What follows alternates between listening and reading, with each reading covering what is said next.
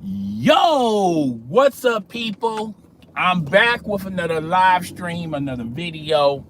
Be sure to check out my previous live stream yesterday about Phil Spencer and the Bethesda deal. It is finally uploaded. Uh, and nevertheless, let's get into this topic. Now, before I get into today's topic, this has not been confirmed, nor it has been denied. All right. And normally when you're talking about trade proposals or speculations of trades, all right, nothing is concrete. Okay. But this one, and I've been saying this, and I've been on this campaign for the past couple of months, ever since the Rockets were eliminated, that I told you guys change was a coming with the Houston Rockets.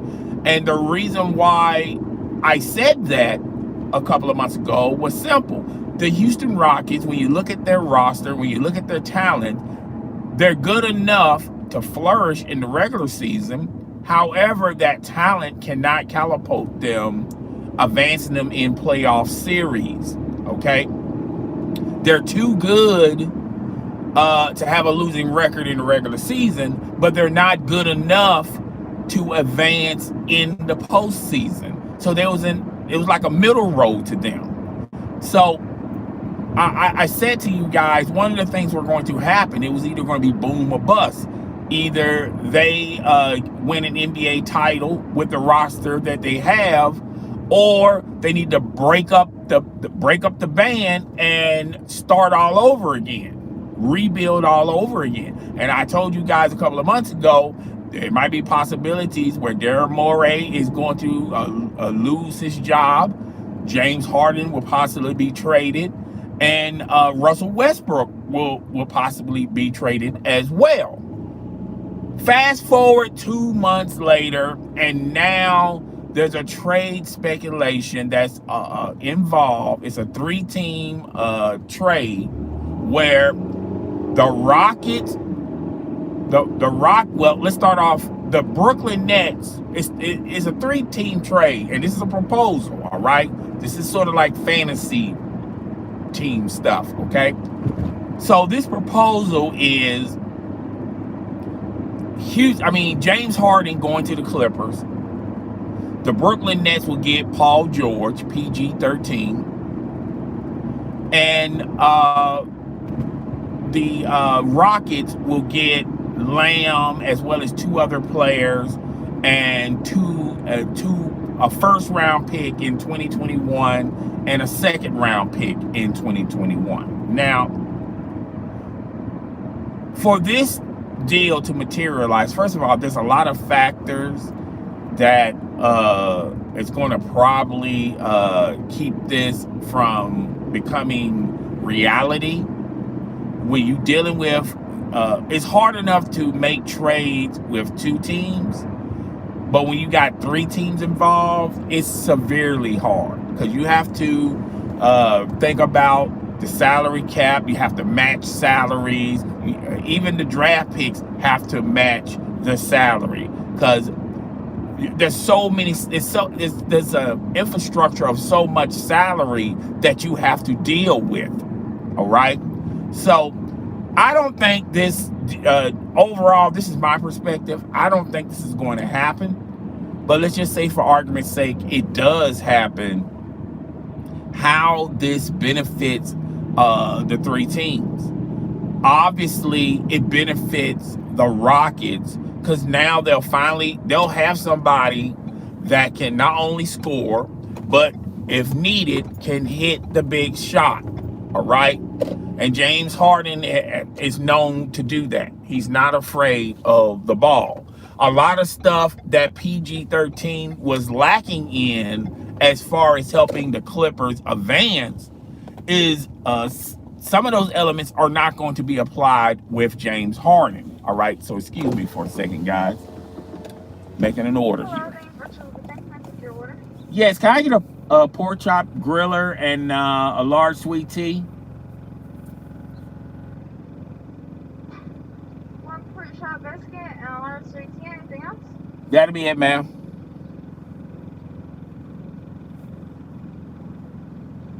Okay, it'll be 403. All right. Bear with a brother. Bear with a brother. I apologize in advance, but your boy had to do some things. And I'm going to get right back into. Alrighty.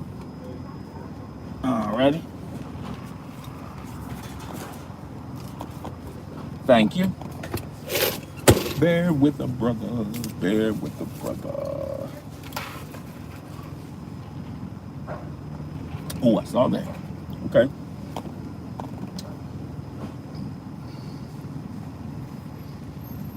Alrighty. So, here he comes. Thank you.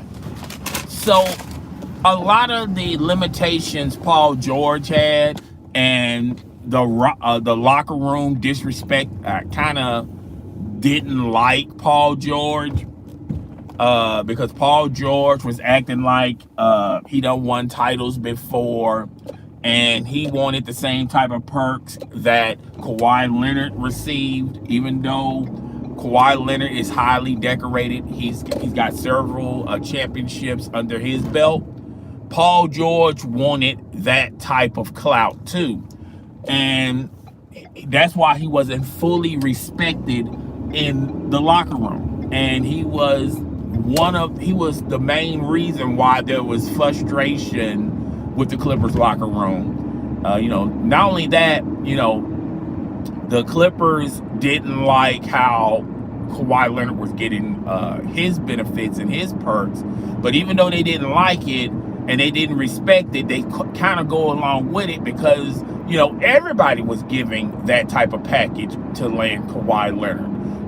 The Lakers was going to give him that type of perk, that type of benefit. All the championship clubs was willing to give Kawhi Leonard that type of those type of special benefits. All right.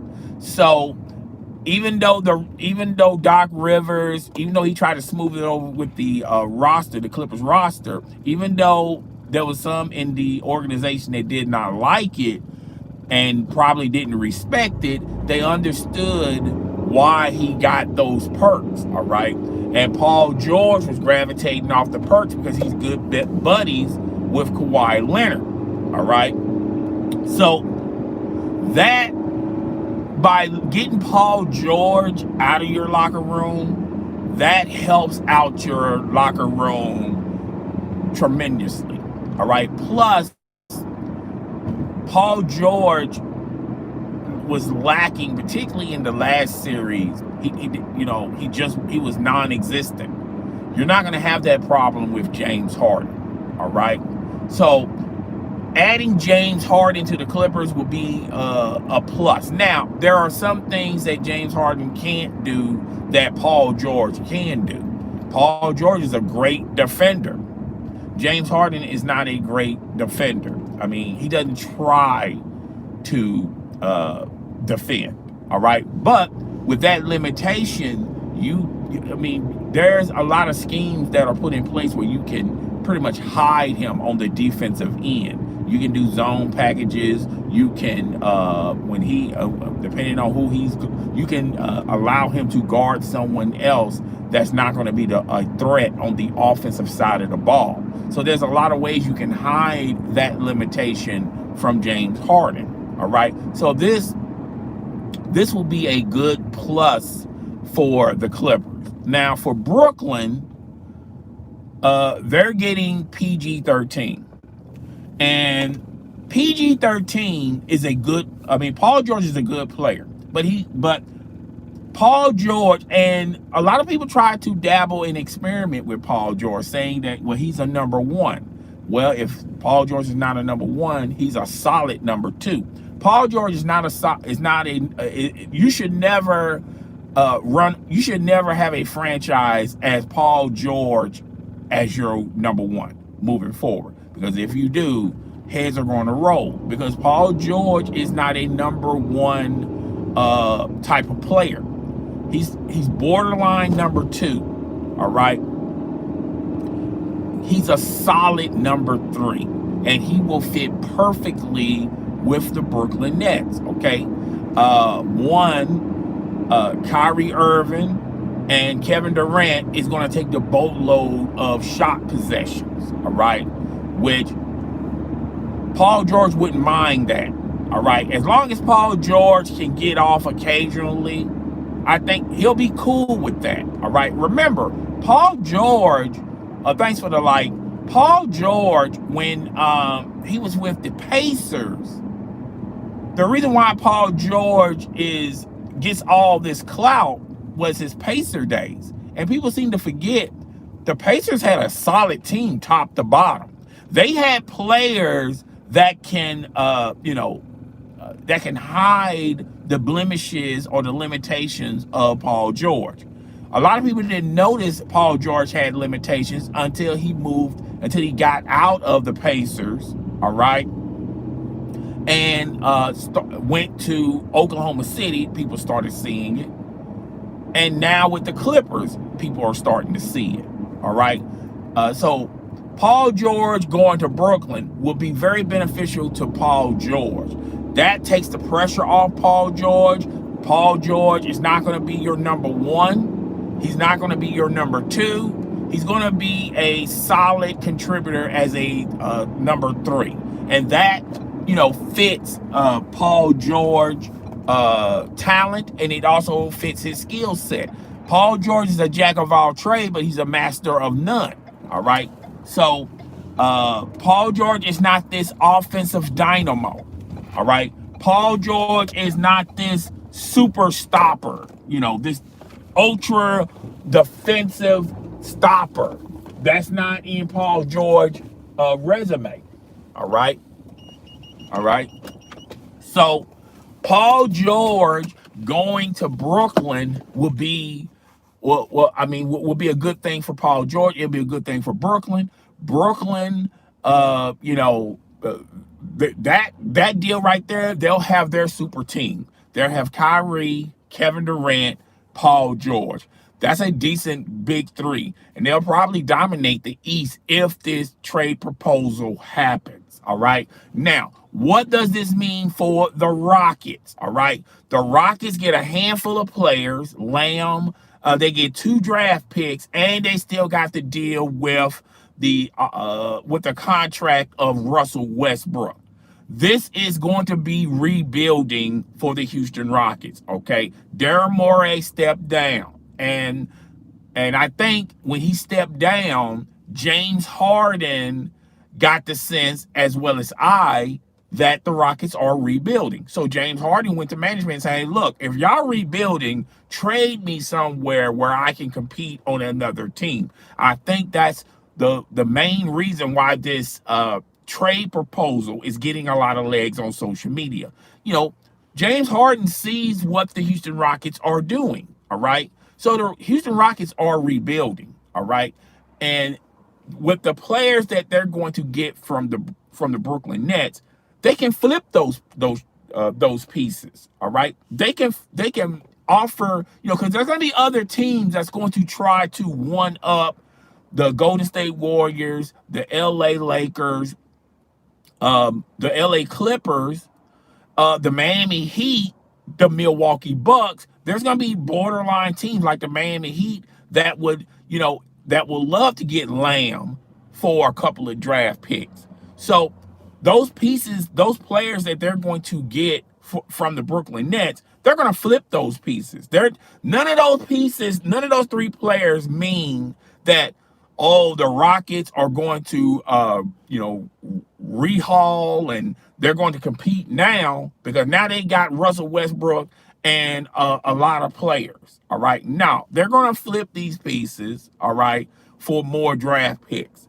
As far as Russell Westbrook goes, they're going to find someone that's stupid enough. Oh, excuse me. Not stupid.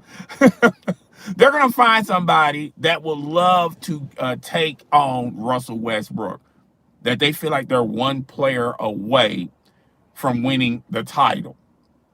Okay. And they're going to find somebody like that, because let's just face facts and face reality. The Rockets were bamboozled. You know, the only reason why they traded for Russell Westbrook because he was good friends of James Harden. And in the back of their minds, Daryl Morey included, thought that, he's that one piece that's going to get them over the hump. So you got two ISO players that desperately need the ball to be successful and succeed on the team.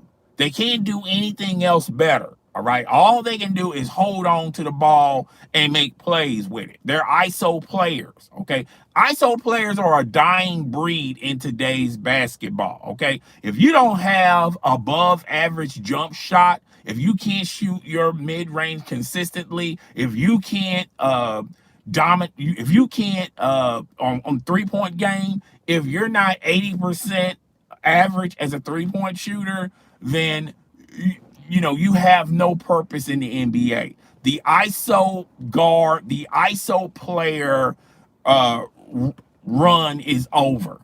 All right. So you have to be a perimeter jumper. Okay, where you have to move, where the ball moves around. You don't move with the ball. The ball moves around. You just stay in your spot. If you don't got the shot, you pass it on to somebody else. If you're not that type of player in today's basketball, then you won't have a long career in the NBA. And that's what Russell Westbrook is. That's the essence of Russell Westbrook. He plays hero ball. He's an ISO player, okay? And that's all he can do. Now he can also contribute. He can also assist. He's offensive. His defensive game is decent. He's a great rebounder and all that stuff. But Russell Westbrook is not going to change with the times because his skill set won't allow him. He depends on his athleticism too much. All right. So they're going to find somebody for Russell Westbrook. Okay. That's willing to trade Russell Westbrook. And I feel like Russell Westbrook is going to be with the Rockets this upcoming season. He's going to be with the Rockets, even though you're going to hear trade rumors about the Rockets trading Russell Westbrook before the trade deadline. He's still going to be with the Rockets even after the trade deadline. That's going to be a type of move that's going to be next offseason when it's all said and done. And people are and free agency start, and teams like the Milwaukee Bucks who want to keep Giannis, all right, and make him happy. Maybe they'll throw a bone to the Rockets, give them a couple of picks for Russell Westbrook. Somehow, some way that keeps him with the Milwaukee Bucks or Miami. Or a multitude of other teams that will probably call the Rockets and kick the tires around as far as a possible trade. But they're not going to get a lot for Russell Westbrook because Russell Westbrook has a lot of money on on his contract. Okay, so the Rockets shouldn't go in thinking that they're going to get a multitude of picks for Russell Westbrook. Okay, so that's not going to happen. No way, no how. So the Rockets are probably going to keep Russell Westbrook until the end of next season. Okay, and that's going to be next free agency in the summer. Overall, this 3-team package overall, I think it's very beneficial for the Clippers. It's very beneficial for the Brooklyn Nets. And it's very beneficial for the Rockets because the Rockets are rebuilding. Like I told you guys 2 months ago in my last video, when they got out by the Lakers in the series, and it was really no competition. The Lakers could have easily swept the Rockets. Okay, they saw Daryl Morey, the ownership of the Houston Rockets. They saw it for themselves. This is not a good team that's going to beat the Lakers in a series. This is not a good team. They tried to beat the Golden State Warriors with and without Kevin Durant, and they still lost. Okay, they done everything they could possibly do. All right, they mortgaged their future. They traded away their big man, and still they couldn't get past and make it over the final hump and represent the West, be one of the representatives from the West for the NBA Finals. All right. So they explored all avenues. They have explored all options. There's only one option left on the table, and that's to retool, rebrand, rebuild. Okay. So the Rockets mindset going in, and they probably presented this to Daryl Morey, and Daryl Morey said, no, I don't want to do that. All right. And that's why he stepped down as the Rockets. All right. They're going to do what the Oklahoma City Thunder did, what Sam Presti did. Sam Presti, try to ride it out with Russell Westbrook. It was not working. So he's starting all over again. He had to take on some dead money with the Chris Paul contract. And to be fair, to be honestly fair, that worked out to as far as them going going to the postseason. They had a great record, okay? And I can still see them flipping Chris Paul. Now it makes Chris Paul more important, which we're going to segue into the Lakers possibly getting Chris Paul.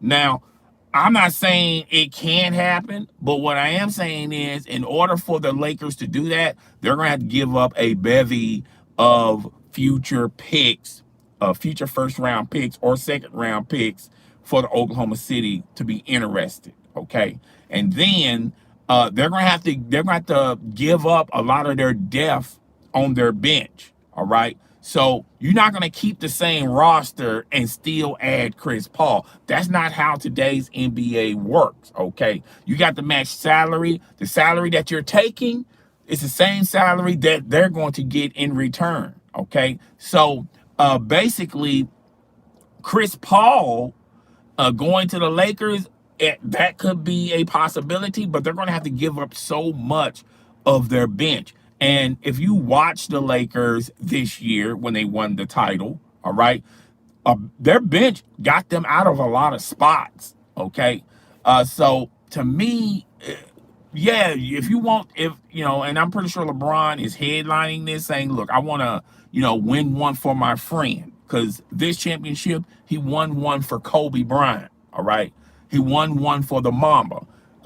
He will have a new mission next season, which is 2 months away. He's going to say, well, this new mission I have, I want to win one for my friend. I want to win one for Chris Paul. All right.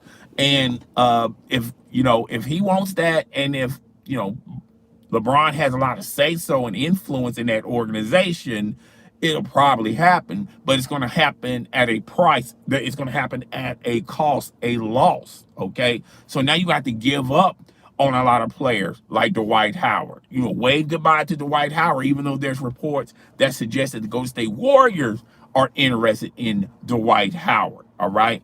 And you have to give up Kuzma, okay? Which is not a huge loss to the Lakers, because Kuzma did diddly squat, diddly poop for this postseason. And I kept telling people when they was trading away Alonzo Ball, when they was trading away Brandon Ingram, to me, just to get AD, to me, and they wanted to keep Kuzma.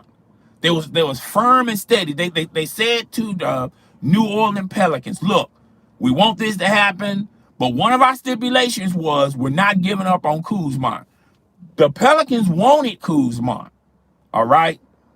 So they had an opportunity to get rid of him and possibly keep a Brandon Ingram, possibly keep Alonzo Ball, all right?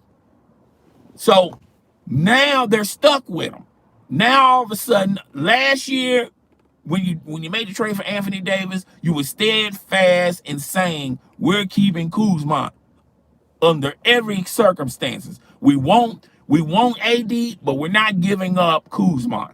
Now, when you won the title, now you're saying, oh, Kuzma got to go. We're willing to trade Kuzma for a pack of baby wipes and a lollipop. We'll give you Kuzma, all right? We don't care. We don't really want nothing. Just take Kuzma off our hands, all right? So now all of a sudden you want to get rid of something that you could have gotten rid of 2 seasons ago, all right? So Now, if they want Chris Paul, Kuzma is going to have to be in the deal, and they don't have an issue with that.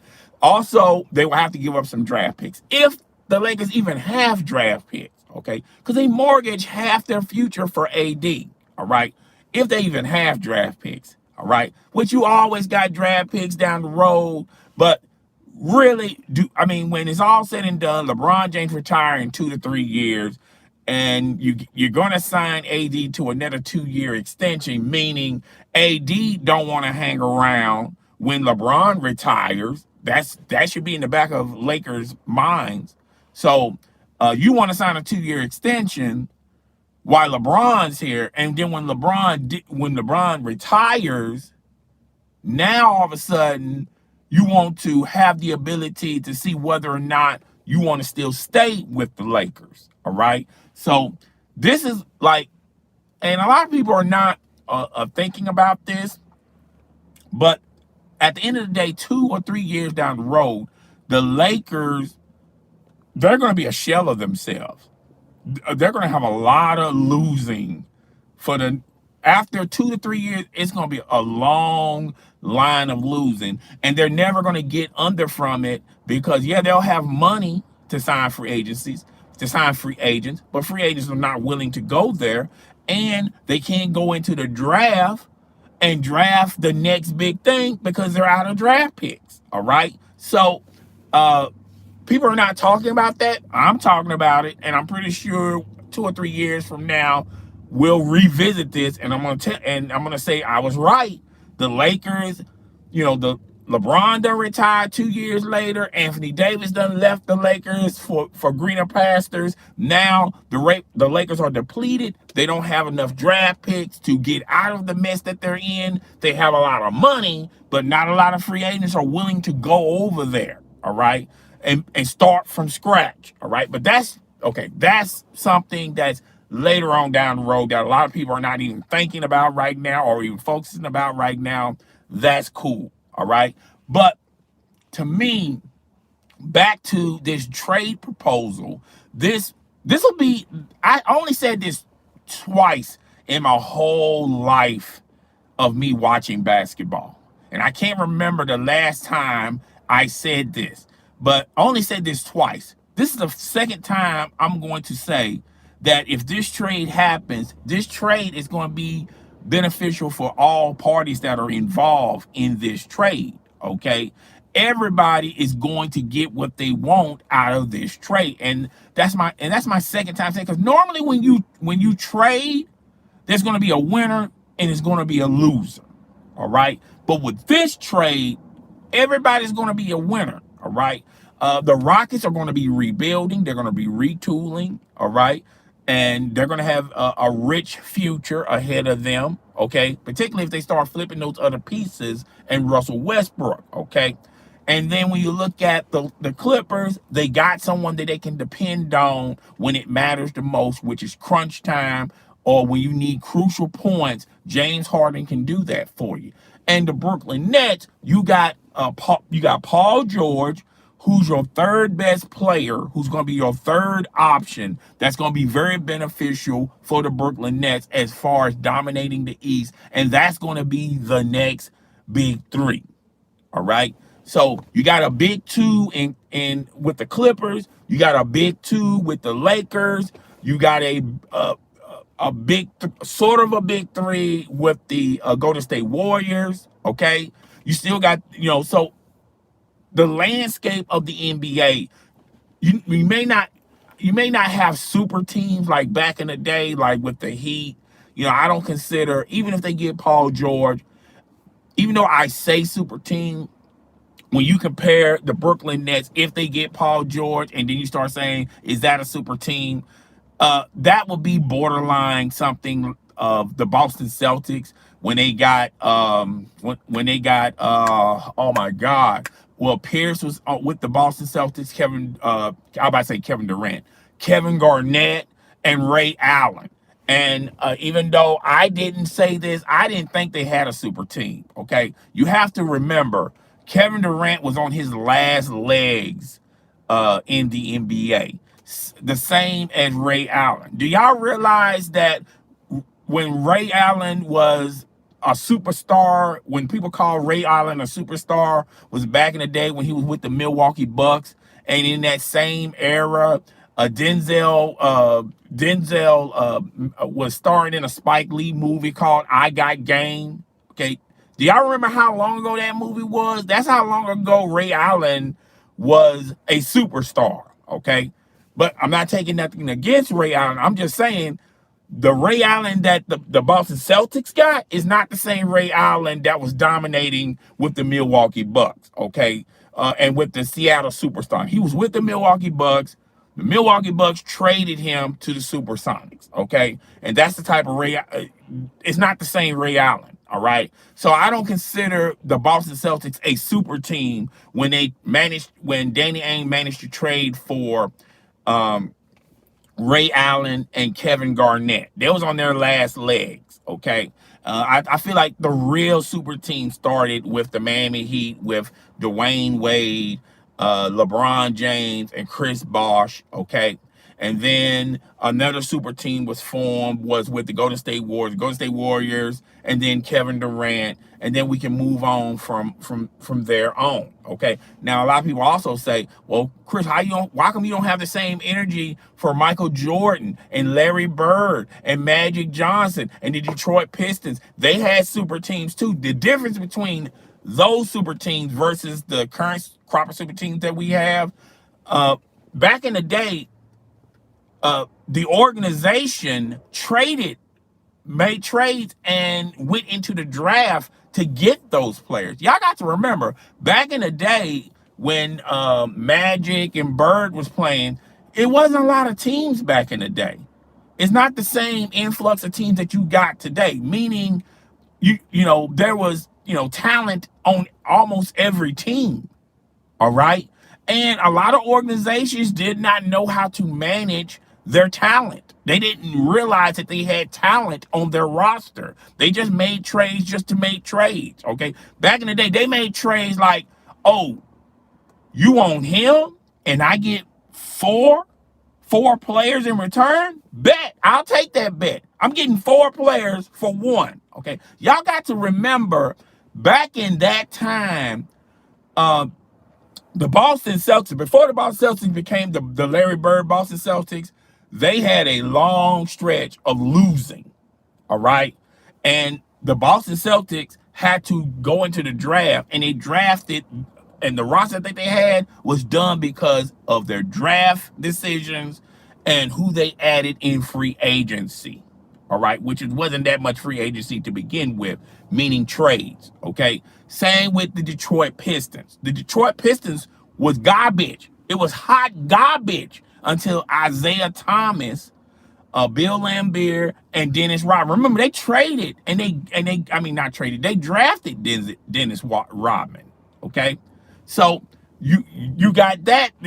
You got that aspect, that dynasty. And then with the Michael Jordan, y'all got to remember, the Chicago Bulls before Michael Jordan was garbage.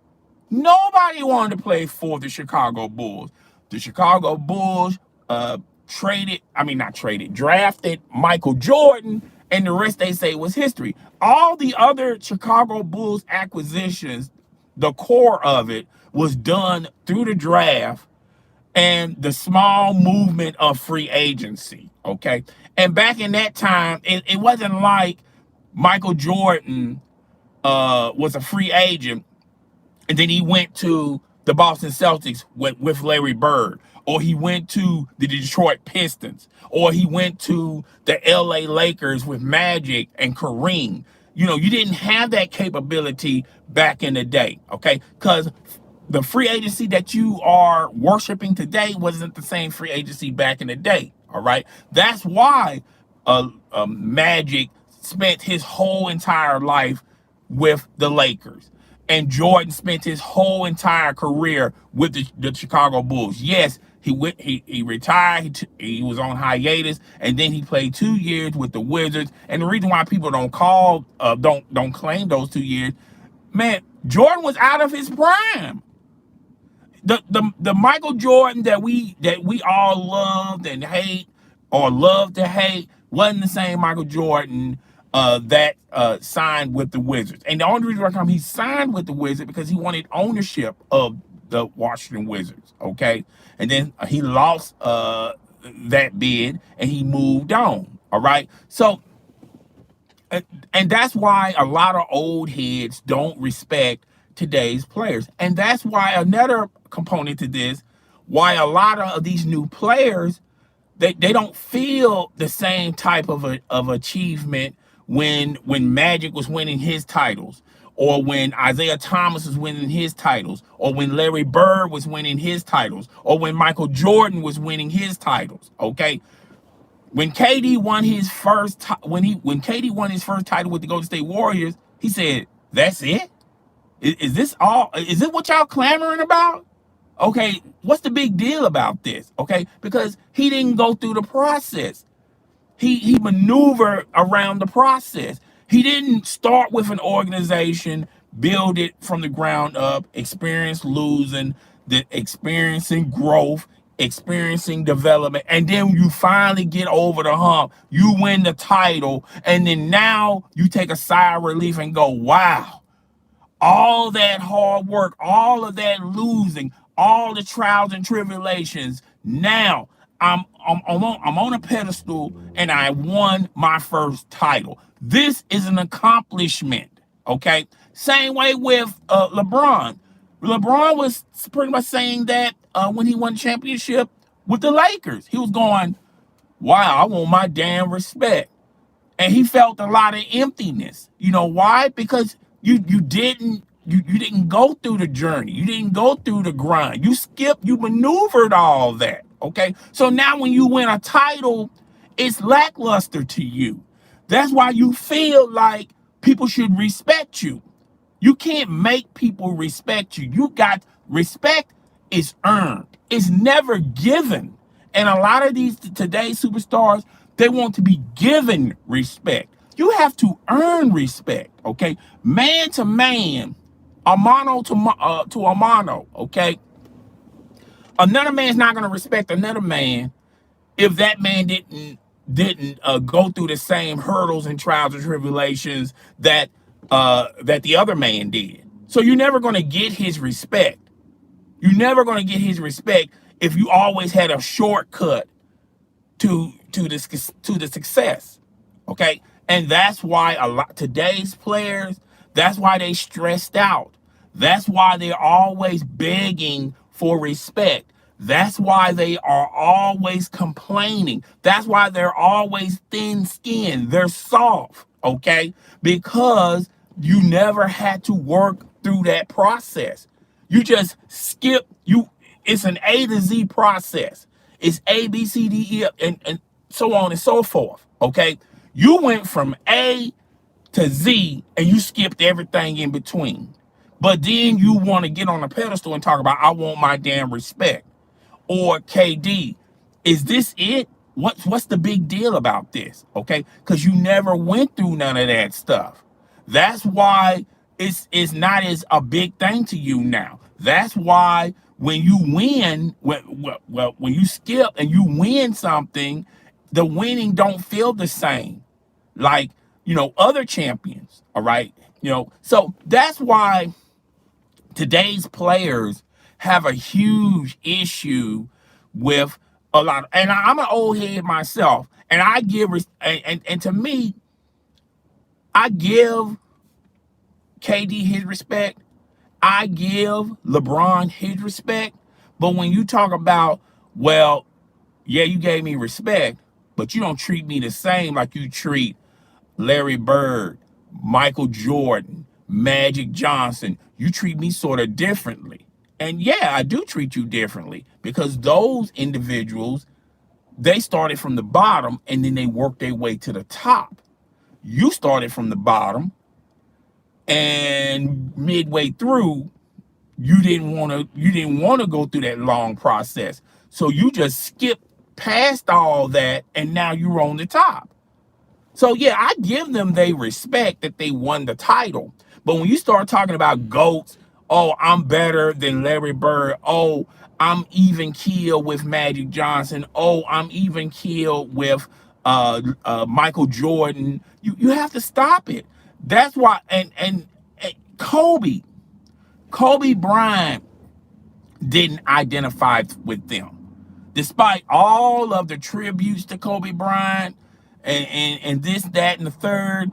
I felt like Kobe Bryant, when he got out of basketball, he felt a little compassion for KD and LeBron James. But when he was rivals to them, he didn't have no compassion because he felt like, look, these guys are taking the easy way out. Even though Kobe had a slippage when he demanded a trade out of the Lakers, okay, even though he demanded a trade out of the Lakers, still at the end of the day, cooler heads prevailed and he stayed with the Lakers from start to finish, okay? So, you know, Michael Jordan made the Chicago Bulls what they are today because they was nothing without Michael Jordan. Michael Jordan got there with Phil Jackson and Scottie Pippen and a number of other players. They built it from the ground up. They started through the draft. They started making smart decisions in the offseason.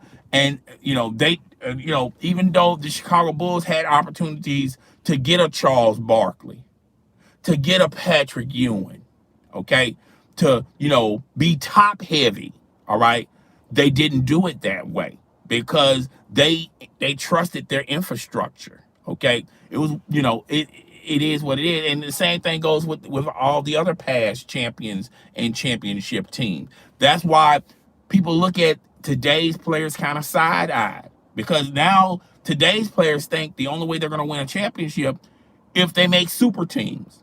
Hey, me and you pair up. You're good. I'm good. That guy's good. Let's make a super team. Instead of competing with one another, let's make a super team. Yeah, that sounds great. In theory, yeah. Short term, you're going to win titles. Short term, you're going to win. You're going to have successful seasons. You're going to, have individual stats. But long term, it hurts the league because if all the superstars just made a dream team, it doesn't make the league better. Look at the ratings. Nobody watched these NBA finals. It's a point where people were okay with it. They accepted it. This is a young man's world. Okay. We all had those cliches, but over time, it gets kind of dull. Like you can't excuse it no more. Over time, people start going, man, they're not even really competing. All right. Which when Charles Barkley said that, I kind of disagree with him, but I understood where he was coming from. All right. And I understood it from this point, from this logic. If everybody start making super teams, and this is accepted, you're basically saying that you you have an issue with competing. Okay. I think if LeBron would have won 2 championships with Cleveland, those 2 championships with Cleveland would be massively important and appreciated more than him moving to Miami, taking his talents to South Beach. He couldn't get talent to come to him with Cleveland, but he had to go to South Beach.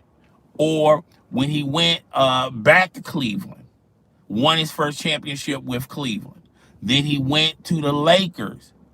You see, all that moving. I think if LeBron, all said and done, his career is over with, if he would have just won 2 championships, those 2 championships would be a lot more, that'd be a bigger achievement than him going to 10 NBA finals. Or him winning 4 NBA finals, championship finals, or MVPs. Those 2 titles in Cleveland would have been vast more important than what he has now. If KD would have just simply won 1 championship with the Oklahoma City Thunder. One championship with the Oklahoma City Thunder. That would be more satisfying and more of an achievement than him taking his talents to the Golden State Warriors. He would appreciate it more. He would understand it furthermore. So you see what I'm talking about? Now, the Golden State Warriors, they can look at it like this. We won with him and without him. That's why we don't have any sleepless nights. We won with KD and we won without KD. Hell, we beat his tail. And then the next offseason, at the end of when we got our rings, he joined us.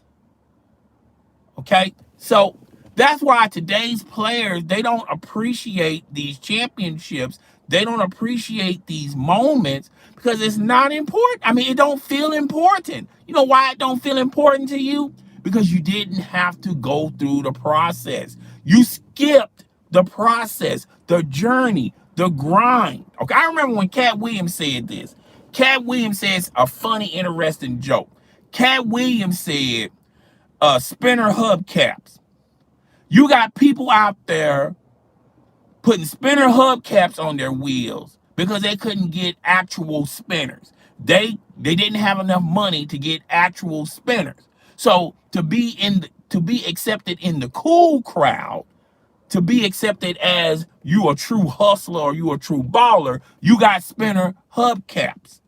And everybody was laughing and I was laughing myself. But then, Cat Williams, when he makes a joke, there's like a message in his joke. And I get that from several comedians. And basically what he said, don't undercut the journey. Appreciate the journey, the process, the grind. Because when you finally get to the top and you win something, it's more important to you than you just skipping a lot of steps to winning a championship or to being on top. All right. So, yeah. So, man, I don't went on and on and on. I talked about so many different things. Damn. But as far as that trade proposal, I don't believe it. I don't, because there's so many variables to that for it to happen. And it's hard enough to get two teams to get a trade going. It's severely difficult to get three teams on the same page. So I just don't see it happening, But if it does happen, I just talked about it and I told you the winners and losers. And I only said this 2 times in my life when I talk about basketball where a trade benefit both parties. I'm trying to remember the first time I said it. That's how long ago I said it. All right. But this will be very beneficial for all parties because, like I said, the Rockets are moving on. They realize that they don't have enough talent to get over the hump to win titles. So let's just start this thing all over. Just go ahead, push the button. Daryl Morey stepped down because he didn't like that decision. And because Daryl Morey is not a rebuilder. He's a statistician type person. He likes to, look at the numbers, look at the stats and say, okay, if we get this player and if this player does X, Y, and Z, that equates to us winning 10 more games. That's Daryl Morey's moniker. But Daryl Morey can't build a team. That's why he stepped down. All right. So, yeah, that helps out the Rockets as far as their rebuilding plans. And it helps the Clippers because now they got someone that can shoot in the clutch. And when it matters the most, he can get his shot off, which is James Harden. Even though James Harden has limitations on the defensive side of things, that's where they're going to lose PG on that. But there's so many ways you can cover and hide that because of his and to be fair to James Harden, he did do some defensive plays and defensive stops in the last series. All right. And he showed that he can do it, but he doesn't show that he consistently do it because it's something that he doesn't like doing. All right. But you can cover and hide that blemish by your packages. You can let him D up an individual that's not going to be a threat for the ball. And if he gets caught in a switch, you can get someone on the weak side to help him if he has to D up somebody that's a threat of scoring a shot.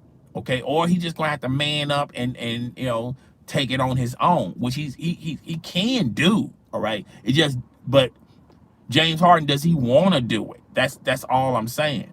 And with the Brooklyn Nets, it helps them from the point of they got a third option, which is Paul George, and that's pretty much a myth that's been busted years ago about Paul George. Paul George is a jack of all trades, but he's a jack of all trades, but he's not a master of none. All right, he's pretty good and pretty decent in a lot of areas, but he's not great in one area. And him being a third option for Brooklyn, that will be your next big three, and they will probably dominate. They will not probably. They will dominate the East. All right, and that move alone is going to send an avalanche of other moves from other players. If I can see Giannis, signing a 1-year contract with the Milwaukee Bucks and just play it on out. And let's just say this deal happens, and like if the Milwaukee Bucks fall to the Brooklyn Nets because they simply got more players, more because of the super team theory, you can see Giannis moving somewhere else. And then there's been rumors, and this has been going on for like 3 years now, that Giannis somehow, some way is going to make it to the Golden State Warriors. Now, stuff like that can materialize if the Brooklyn Nets get Paul George, because then now Giannis is going to have in the back of his mind, well, I need to get on a super team. Okay, and that's the addiction of having these super teams, because now you got 3 or 4 players that are good enough to lead teams on their own. Now all of a sudden they're going to form, and you see, it sours the water of other super teams. And it as with the LeBron James Miami Heat, with the Golden State Warriors, all right, it soured the other super teams, because now people are going to look at it, and it's going to sour the Brooklyn Nets. If these super teams win titles, they're not going to be appreciated, and they're not going to get their respect, because people are going to say, well, look, no wonder you won the title. You got 3 of the best players on the planet on one ball club. You guys ran from competition. This is the narrative people are going to be saying. You ran from competition. You guys can clearly, by yourselves, take teams to the playoffs, but you're so insecure, you have to form a super team. That's what everybody's going to be running with. That's the narrative everybody's going to be running with. And then that's why the ratings are low. At first, it was a good concept. People would tune in and watch the Miami Heat, the heel, dominate.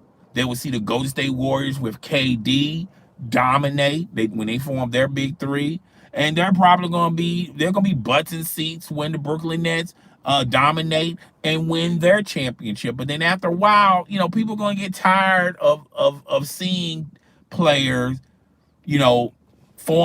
pledging to do these super teams. And then, I know a lot of people say, well, how come people don't have that same energy when ownership? Name one ownership other than Danny Ainge that brought in 2 players from distant teams and formed the super team. Kevin Durant was on his last legs, folks, in Milwaukee. Last legs in Milwaukee. Kevin Durant could not functionally take a team to the promised land. Ray Allen was on his last legs with the Supersonics. Ray Allen, when he was a superstar, when he was in his prime, he was with the Milwaukee Bucks, and they loved it so much. Spike Lee made a movie called He Got Game, starring Denzel Washington. Okay, so you're talking about Kevin Durant, Ray Allen on their last legs with the Truth, and you call that a super team? You call that a super team? Whatever. But that team beat LeBron that team beat Cleveland Cavaliers, and that left the avalanche of LeBron saying, you know what, I can't do this by myself. I need to do what Boston did. Boston made super team. That's what Boston did. Boston made super team. So you know what I'm gonna do? I'm gonna make a super team. I can't I can't do this by myself. Or I tried to get people to join me. Nobody don't want to join me. So I'm supposed to be a GOAT. I'm supposed to be a legend. I'm supposed to be great. I'm LBJ. I'm the king. I'm the king around here. Okay. So instead of the king ruling his kingdom, the king is going to go to Miami. Okay, because that's what kings do. Okay, kings don't kings don't have dynasties. Kings run to dynasties, to other dynasties. Okay, other proven dynasties. That's what I'm gonna do.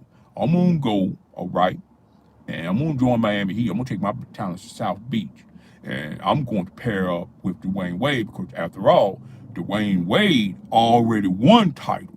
Okay, Dwayne Wade already won titles. Yeah, Dwayne Wade already won titles. I haven't won my first title, so let me join Dwayne Wade and Pat Riley. Wait a minute, Pat Riley's a Hall of Fame coach, right? He won titles as well. God dang it. Ain't that a quink-a-dink? I didn't even know that. I didn't know Pat Riley won titles, okay? So I'm going to join them. And then I'm going to bring Chris Bosh, and we're gonna form our own allegiance. We're going to form our own Justice League. We're going to form our own super team. Wait a minute. Chris Bosh is already with the Miami Heat, okay? So I need to take my ass to South Beach, okay? So that's how that happened. It wasn't the fact that they all went to Miami because LeBron was going to Miami. LeBron went to Miami because everyone else went to Miami. All right. And that started the essence of the super teams. And that's why a lot of people, at first, people was sort of co-signing to it. People were, oh, okay, yeah, this okay. Everybody was accepting it, but they was accepting it halfway. And when everybody else and the NBA is a copycat league, and then everybody else say, well, damn, if the man he can have a super team, how come we can't have a super team? How come we can't have a super team? Hey, you over there, why you don't have a super team? All right. So now you got this super team element. Now everybody's trying to do a super team. And I think that's the reason why a lot of people didn't watch the NBA finals, because people got tired of it. Okay. Because nobody's competing. Everybody's just packing up and joining other teams to form super teams. All right. And that's why the NBA finals are low. Now, a lot of people are going to say, no, Chris, it's the social justice movement. People were tired of the social justice movement thrown down into their face, down their throats, Chris. Black Lives Matter, Breonna Taylor, people were tired about that. That's not the case. They were doing the social justice movement and Black Lives Matter at the start of the season. They were doing that 2 years ago. So how come the ratings didn't dip 2 years ago? How come the ratings didn't dip at the beginning of the season? How come the ratings didn't slip when they suspended the season? How come the ratings didn't slip at the start of the season when they were in the bubble? How come the ratings didn't slip and they sort of was on a down incline in the playoffs? But now in the NBA finals, they slip. But it's the social justice movement. That's why people are not watching. That's the reason why people are not watching. Because the social justice movement, Black Lives Matter, Breonna Taylor, okay, that's the reason why people are not watching the NBA finals. I think people were not watching the NBA finals because of two folds. Okay, one, people were tired of this super team theory. And two, there was really and it wasn't very competitive. And two, when you look at who bet or assumed that the Heat was going to represent the East. I felt like if they would have went back to some type of normalcy where people were able to play in their own stadiums, and a lot of players were opposed to this bubble format, and including your LeBron James, your king, he was opposed of it as well. Um, and a lot of people were totally against it, so much so that people just did not want to play. Damian Lillard, the dollar, game time, Dame Dollar, didn't want to play in the bubble format. Giannis didn't want to play in the bubble format. Your king, LeBron James, didn't want to play in the bubble format. Uh, shoot, what's his goddamn name? Kawhi Leonard. He was talking about just not even going to the bubble. So it was a lot of people was on that movement, okay? And I feel like next year, I think everything's gonna be sort of back to normal, where travel will be taken in effect, where people will be able to play in their own arenas, where people can be able to stay in their own houses. The NBA is watching the NFL and seeing how they're dealing with the COVID-19. Okay, even though there's been a handful of players and coaches that had tested positive, okay, but what the NFL has done was quarantine those players and delay the game. They still play the game. They don't play it at that time. They may delay it 3 or 4 days until they get enough information on the rest of the roster, the coaching staff, and whatever. And if everybody is negative and you only got like 2 or 3 people that have tested positive, you don't cancel the whole entire game for 2 people. You just quarantine those guys. You just quarantine those individuals. They're not allowed to play or to coach. All right. And the NBA is looking at this and they're going like, oh, okay. So they're dealing with travel. They're playing football in stadiums, and they're playing football in stadiums, and in some stadiums they have people there, okay, crowds there, not a lot of crowds, but crowds are there, and only a handful of people had tested positive for COVID-19 when we talk about players. And even a smaller percentage of coaches have tested positive for COVID-19. All right. So I think the NBA is watching from a distance, and they're saying, well, yo, if the NFL can do this, how come we can't do this next season? And next season literally starts like 2 months away.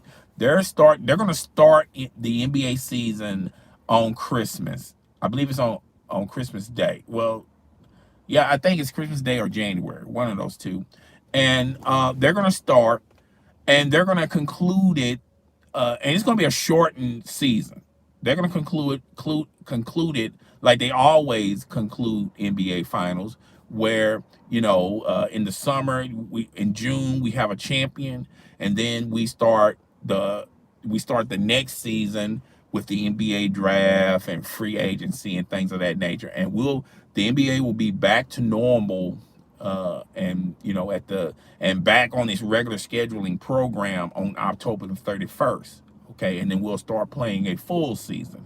They're going to play a half season 2 months from now, and they're going to add travel. They're going to allow the players to have regular lives. They're going to play in arenas, and they're going to test they're going to do similar to what the NFL is doing. Okay, so we're just going to have to wait and see on that.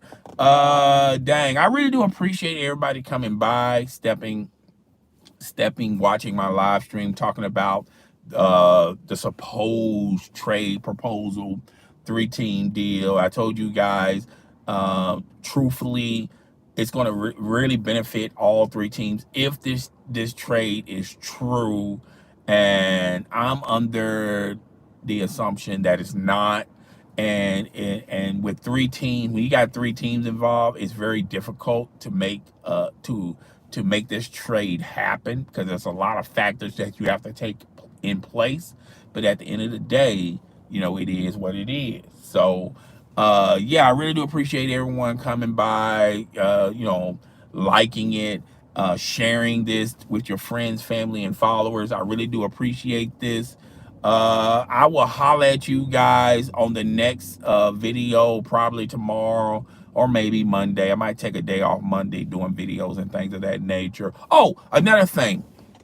There's a lady named Cheryl Lynn or Cheryl Ladd at Makeup University, and she's trying to raise enough money for her son to go to this revival, this Bible revival. And she really do appreciate if people go to her channel, subscribe to her channel, and hit the notification bell. But when you do that,